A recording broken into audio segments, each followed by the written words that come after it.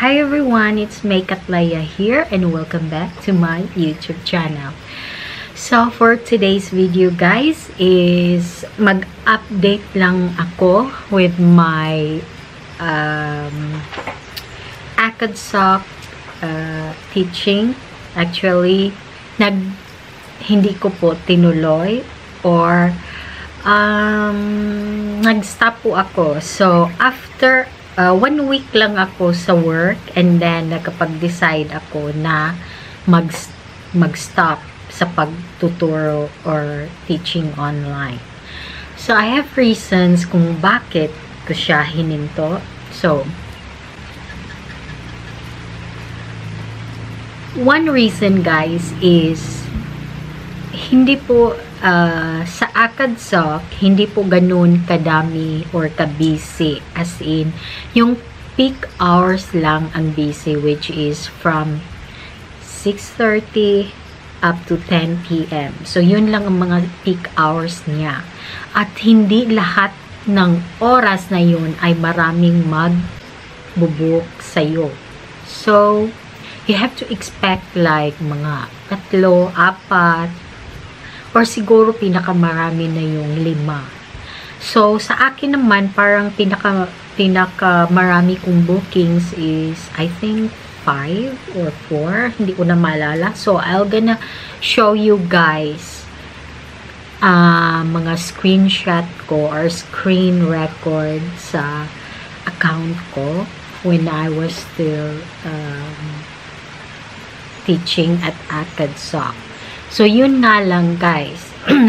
Pangalawa is, nag-stop ako dahil yung feeling na nasasayang yung oras mo. Nag-aantay ka sa mga students mo tapos walang nagbo-book. Yung feeling na yun, yung hindi ka aalis, yung one time, akala ko kasi walang magbo-book. So, may ginagawa ako at tapos nakalimutan kong i-check, baka may nag-book na kasi minsan may mga sudden bookings kasi yun dapat ang iisipin natin. So yun nga nangyayari, akala ko wala nang magbo-book dahil mag-10 o'clock na tapos may nag-book pala before mag-10 yung or 9 ba yun, tapos may nag-sudden booking at dahil hindi ko napansin, pumasok siya at wala ako. Kasi akala ko wala nang magbo-book. Yun nga. Yun ang dapat ninyong tandaan. Kapag ikaw ay naka-log-in na, naka-clock in na, you have to see to it na chine-check mo or ina-update mo yung account mo para hindi siya parang natutulog. Kasi para hindi ka ma-update pag hindi mo yun yun ang term, i-refresh mo palagi. So sa akin naman kasi hindi ko na-refresh at hindi ko na-check, yun hindi ko napansin, may nag-book pala sa akin, tapos malaking kaltas yun guys. Ang laking kaltas, mas malaki sa sahod mo. So yun na nga guys. Number 3 ang sahod. Sahod. Totoo yung mga sinasabi nila na sa ACADSOC, mura lang ang sahod, lalo na kapag wala ka pang experience. So, I admit, wala pa naman talaga akong experience. So, yun nga, yun. Lowest minimum wage siguro yung sa akin dahil nga wala pa akong experience at hindi ako teacher by profession. So, imagine 85 pesos lang ang sa akin per hour. So, yun nga sabi ng asawa ko, parang naglalaro ka lang yan na naubos ang oras mo tapos yun lang ang, oh my God. Yun na nga guys, parang naglalaro lang talaga. So, at least, diba, wala naman akong ginagawa, nabuboard. So, kahit pa paano, imagine, may matatanggap ka kahit 85 pesos lang. Discourage ako, guys. Dahil nga, 85 pesos lang ang oras. Tapos, yung pag teach mo is hindi naman 1 hour, no? So, every student is 20 hours lang. So, kumbaga, mga 40 plus something lang ang sa akin every tutor, no? So, every lesson. Imagine guys, so, minsan, dalawa lang ang nagbo-book. So, that is 1 hour. So, 85 lang ang matatanggap ko in 1 day. Or minsan naman, may 3. Or minsan, may isa lang nagbo-book sa isang araw.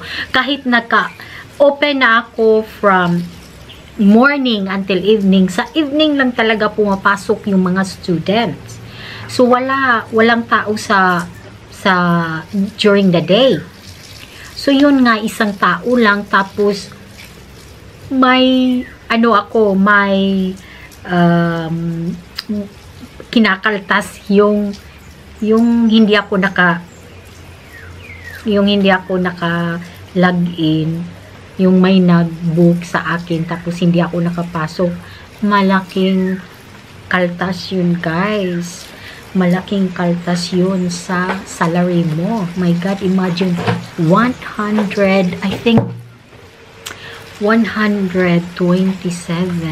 ata yun ang kinaltas sa aking sahod. So, imagine, kulang pa ang 1 hour lesson mo kapag ikaw ay nagka-penalty.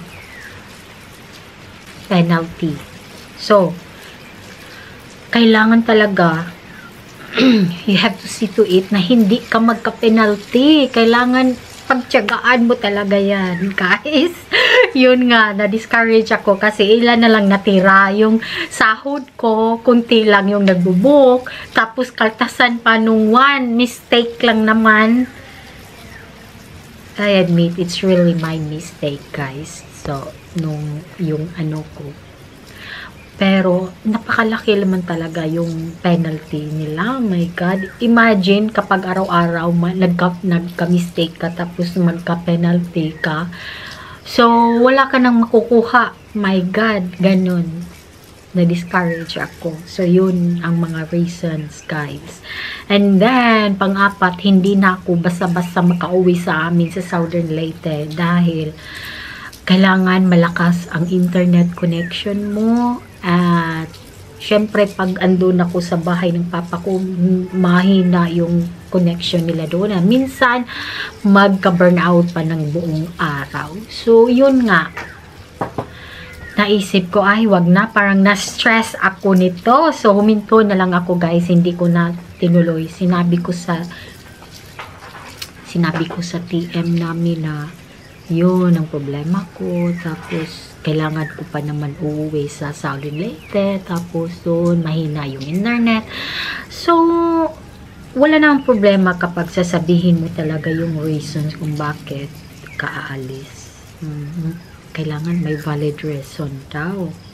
Kaya gawa-gawa ka na lang ng reason pag gusto mo na nga alis. Tapos, wala kang concrete na reason. So, yun na lang, guys. Yun lang ang mga reason kung bakit ako huminto.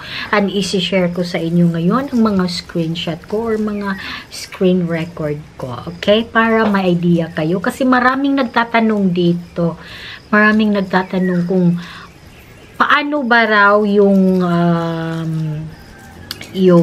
mga lessons mo, yung mga tours, mga ganyan. Huwag yung problemahin yan, guys. Kailangan mo yan sa sarili. Mayroon namang training, tapos may self-study, tapos ando na yun lahat. I-open mo lang yun, mga lessons nila, and then malalaman mo step by step kung papaano at kung anong gagawin mo during your class or session. So yun na, guys. Huwag kayong bahala. Napaka-easy lang at maganda sana ang nila. Kaya lang para sa akin, hindi pwede. Hindi siya mag-work para sa akin, guys. So, kung para sa inyo, pagtiyagaan nyo lang yung gagawa kayo ng maraming self-study at quizzes para maraming magbubook sa inyo. Yun lang ang i-advise ko sa inyo. Continue lang kayo at for your experience. Baka sa susunod mag-apply kayo sa ibang company na mas malaki ang sahod. Eh di maganda yun, di ba? Alright, so dahil marami kayo nagtatanong sa akin paano yung mga tools sa during lesson mo. So ito yung classroom guys, i-click mo yan doon mismo sa schedule mo. And then pag time mo na mag-show up dito yung student mo. So ganito ang mangyayari. So ayan, nag-show up na siya kaso hindi siya naka-on, hindi naka-turn on yung camera niya. Parang ayaw yata niya na maggamit ng webcam. So, teenager, ganyan minsan, hindi nagpapakita and so on. Pero ang gagawin nyo lang is kailangan may screenshot kayo at nagre-record para may evidence Yes, kayo. Kasi my computer minsan, is not cool. kasi minsan yung iba is gagawa ng complain dahil nasira daw yung hindi Yes, I can hear gumana you. yung webcam mo pero hindi naman problema sa iyo, Yes, nasa kanila yung problem. So, para may evidence ka, kailangan may record ka rin, okay? Sa mga ganitong situation. So, yan guys, makikita mo file dito yes, sa loob ng classroom, i-click mo lang yan, tapos makikita mo na yung mga books na gagamitin mo or mga tools. So, dito naman guys, papakita ko sa inyo yung first week ng aking pagtuturo. So, ayan, no? First day, Tuesday, April, 9. Nakikita nyo, dalawa agad ang nakabook sa akin. Oh, 'di ba? And the next day, mayroon akong 4-day lessons, and then the following days, and then the third day, tatlo na lang. And then, may na-miss akong isa dahil nga hindi ko nakita nag-book pala. So, yan ang So, dito, sa first day, ganito yung sa akin, may 1 hour interval, or no, 30 minutes interval kasi bago pa lang ako para hindi ako mali-mali, magka-rattle, kakaumpisa pa lang.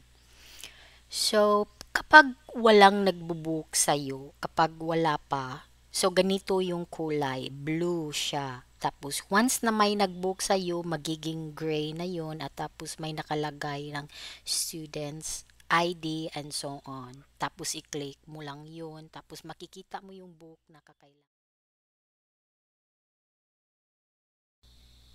Alright?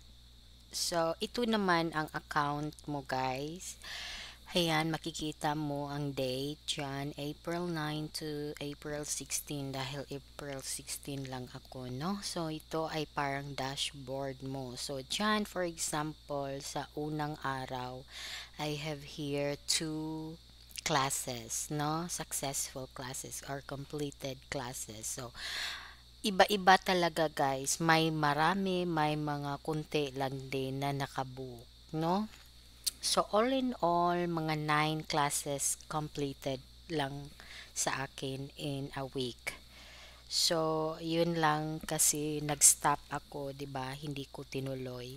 So, mayroon pa rin akong natatanggap, guys. Ipapakita ko sa inyo kung magkano sa isang linggo na pagtuturo ko online. So, for example, here nakikita nyo naman, total of classes na aking pinaplot na schedule is like may mga 16, tapos tatlo lang ang nag-book, mayroon ding 16, tapos dalawang nagbo-book, mga ganyan. So, yan na yung na-mention ko kanina, 'di ba? So, dito naman ipapakita ko sa inyo yung mga ang amount na ibabayad nila sa akin. So, this one, service fee, ayan nga, nakikita ninyo, 85 pesos hourly rate ko. 700 plus, dapat sana na na siya as absence kasi nga may na-miss akong class kasi may nag-sudden booking at hindi ko na-check.